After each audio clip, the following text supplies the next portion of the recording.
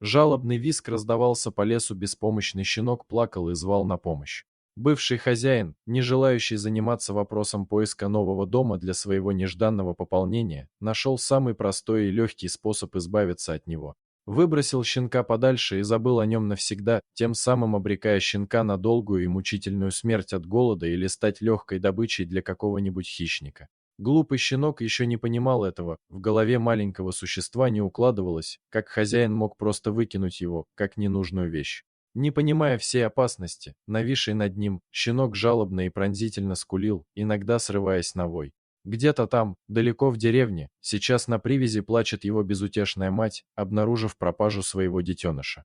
Но что человеку до этих страданий? Ведь животные, для большинства из нас, это бездумные существа, которые не способны ни мыслить, ни чувствовать. Волчица прошла уже не 1 километр в поисках пропитания для себя и своих подрастающих волчат. Пищи в лесу много, но, чтобы ее добыть, нужно хорошенько постараться. Волки с самого детства привычны к далеким переходам. Возможно, именно это и закаляет их характер, делая привычными к любым трудностям. Волчица подняла морду, втягивая запахи и отыскивая среди них те, что могут быть ей полезны. Вдруг до чуткого слуха хищницы донесся тоненький плач, похожий на тот, что иногда издают ее собственные волчата. Однако, это точно был не волчонок. Материнское сердце не позволило волчице пройти мимо, и она, оставив поиск еды, отправилась на эти жалобные звуки. Совсем скоро она почувствовала и запах того, кто так отчаянно кричал о своем несчастье. Это была собака.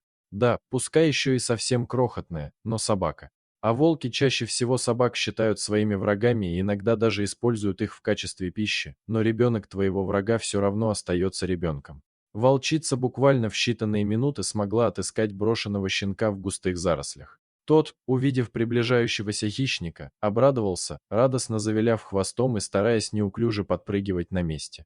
Он даже не понимал, что найди его какой-нибудь другой волк или рысь, жизнь его, скорее всего, тут бы и остановилась.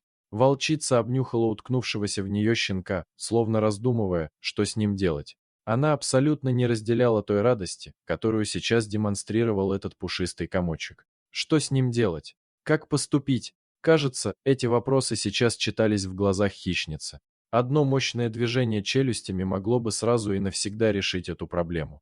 Однако перед глазами матери стояли ее собственные волчата, которые точно так же радовались ее возвращению. Но стая никогда не примет чужака, и это тоже было для нее предельно ясно. И тогда волчица приняла единственное верное решение. За окном еще только начало светлеть, когда старый егерь Степан Петрович открыл глаза. Хорошо в тайге, только здесь можно побыть наедине со своими мыслями, вспомнить прошлое и подумать о будущем. Гоняя эти тяжелые мысли, егерь вдруг услышал, как под дверью кто-то топчется.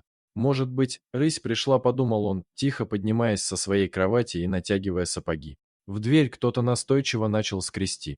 «Эй, кто там? А ну не шути. Специально», — громко сказал егерь, в надежде отпугнуть незваного гостя.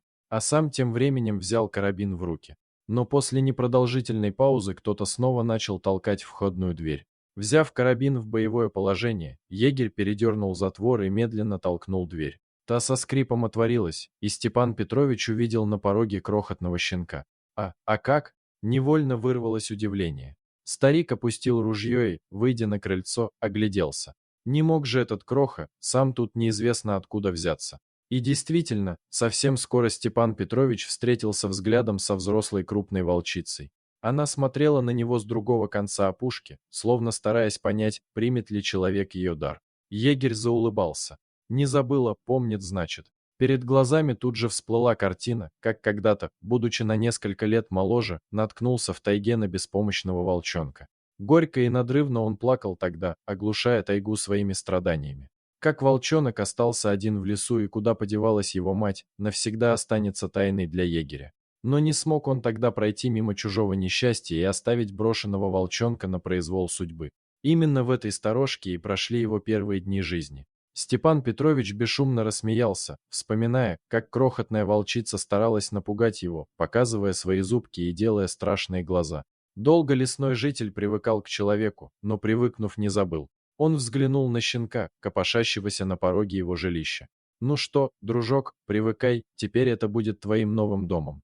Щенок же, в отличие от волчицы, сразу принял человека, радостно завиляв хвостом и стараясь лизнуть ему руку. Старик рассмеялся, глядя на повадки своего нового друга. Вот уже лето клонилось к своему закату, приглашая к себе на смену красавицу осень. Степан Петрович, сидя на крыльце своего домика, наблюдал, как резвится его заметно выросший дружок. Теперь это был уже не беспомощный малыш, которого он нашел на своем крыльце почти 3 месяца назад, а крепкий подросток, начавший слушать и понимать своего хозяина. Без собаки в тайге тяжело. Это Степан Петрович прекрасно знал по своему опыту. Совсем недавно пропал его старый пес по кличке Верный. Всю свою жизнь провел он рядом с человеком, но собачий век недолог. И после непродолжительной болезни в один из дней егерь нашел своего верного друга мертвым. Горько тогда переживал Степан Петрович, лишившись своего близкого друга, но жизнь уже научила его справляться с тяжелыми потерями. И вот теперь на смену верному пришел новый друг и помощник. Что получится из этого щенка с умными глазками, егерь еще не знал.